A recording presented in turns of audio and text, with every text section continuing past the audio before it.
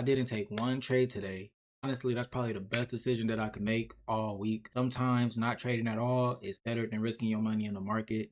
I think a lot of people make it a point to trade every single day, every single setup that they see, even if it's not an A plus. Maybe it's a different strategy than what they used to, or they get FOMO or whatever the case is.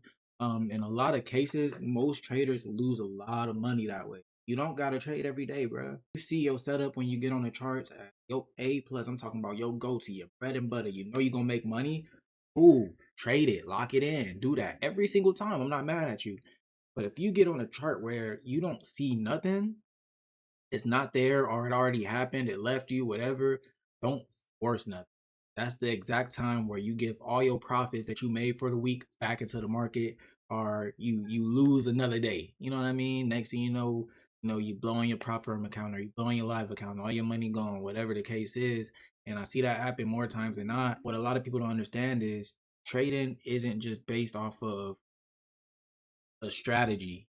It's more so psychology. You know what I mean? It's about you going on up here. I'll get into that a little later. Right now, I'm gonna show y'all what I seen on the charts. Now, before I get into that, everybody's strategy is a little bit different.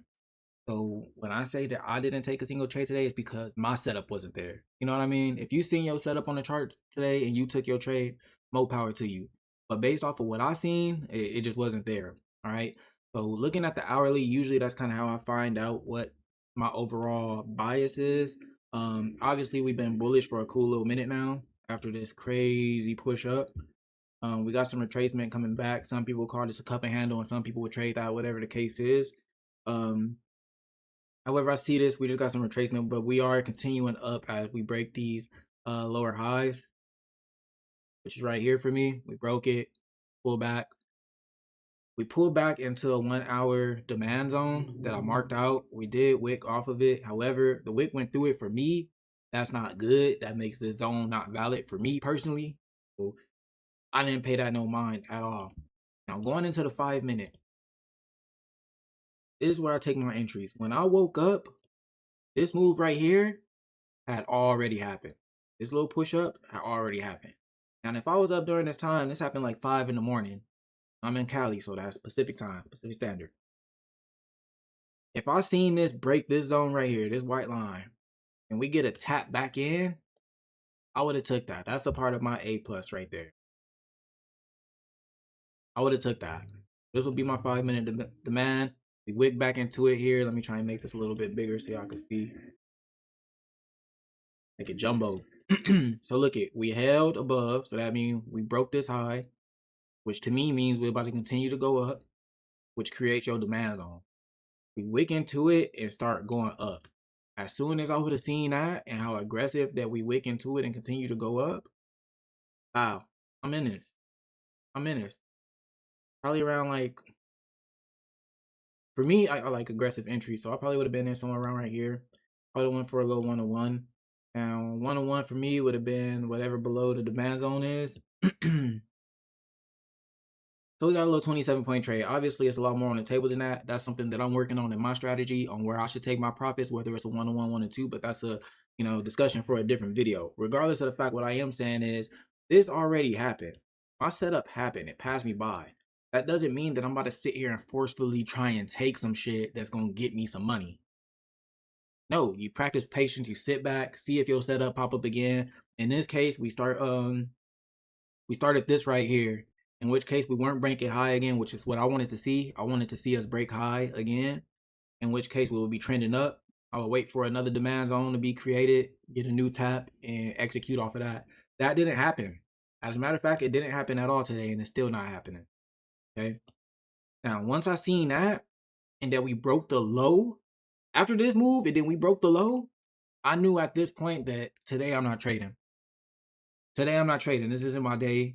My setup is probably not gonna happen, and I don't like what's going on here. I don't feel comfortable with what's going on. Put my hands up. I get off the chart. Okay. Now I pointed this out because some would say since we did break this low, that would create a supply here off of this candle. In which case we did tap into that supply, work our way down, right? So we could have got an entry here off the wick into the supply, for a 1-to-1. That would have been a cool little 20-something point trade as well. However, my total bias of the whole shebang, I gotta stop using that word, but the whole shebang is I'm bullish. So why would I take a trade that's bearish if that's not my bias, if that's not what I'm looking for? You know what I mean? That's going against the grain. I can't go against the grain with myself. That's losing trust and faith in you. So inevitably, I fold my arms. I don't take a trade. I go back to sleep, chat. I go to the gym. I go hang out. I go make breakfast. I go to work. I do whatever it is I got to do for that day. I go do that instead of sitting here staring at the charts, because at some point, staring long enough, you're going to want to do something. And that brings me back to my topic from earlier, that trading is less about what strategy you know. I don't care what strategy you know. Most of these strategies work, actually. Most of them do work. I've tried many of them, if not all of them. Whether you support resistance, supply demand, ICT, ICC, ICHYNG, double X, Y, and Z, it don't matter. All of these strategies work. But I feel like trading is less about that. That's easy. That's the easy part, is learning that. But learning yourself, that's a whole different beast. Learning yourself is something completely different, because what I learned is day trading will expose who you are as a person. Whether you got problems with greed, whether you got problems with patience, or you got problems with trusting yourself, or whatever it is that you got problems with, these charts will expose that out of you. And you need to figure out a way to fix it or deal with it, or not let those problems come up in your trading. And a big part of that is journaling. You know what I mean? When you taking these trades and exercising these movements and exercising these thoughts, write down what you was feeling when you took that trade, or what you was thinking when you took that trade. Which case you could try to remember that and help you make a better decision for the next time something like that happens, because it will happen again. It'll be the same pattern, same everything. You're going to see repetition in these charts. And when you catch yourself doing the same thing, losing the same way that you did before, you start to get frustrated, not only with the charts, but with yourself, on why you made these decisions when you know better. You know better. Sometimes you just got to put your hands up, chat. Put your hands up and say, I'm not going to trade today. Get up and walk away. It's better to save that money than risk it. You know what I mean? Than risk it. And a lot of times I see people risk it on a strategy they don't even know. They don't even know. So I trade supply and demand. That's me, right?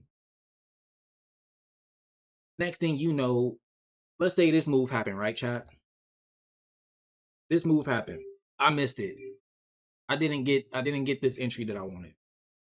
However, because I think my daily bias is gonna happen, instead I try to trade fair value gap, which would be something like this, which actually wasn't the worst thing in the world. But I try and trade fair value gap. I'm gonna feel very uncomfortable in this. I'm gonna feel very uncomfortable in this trade, right? Because I don't know how that works completely. That's not my bread and butter. In which case, let's say I did try a fair value gap just because I missed out on my setup. Boom, my target is all-time highs right here, or today's high, my bad. We never reach up to there. We inevitably drop, hit my stop loss. Now I go out sad on this beautiful Friday. I go out sad on this beautiful Friday for what?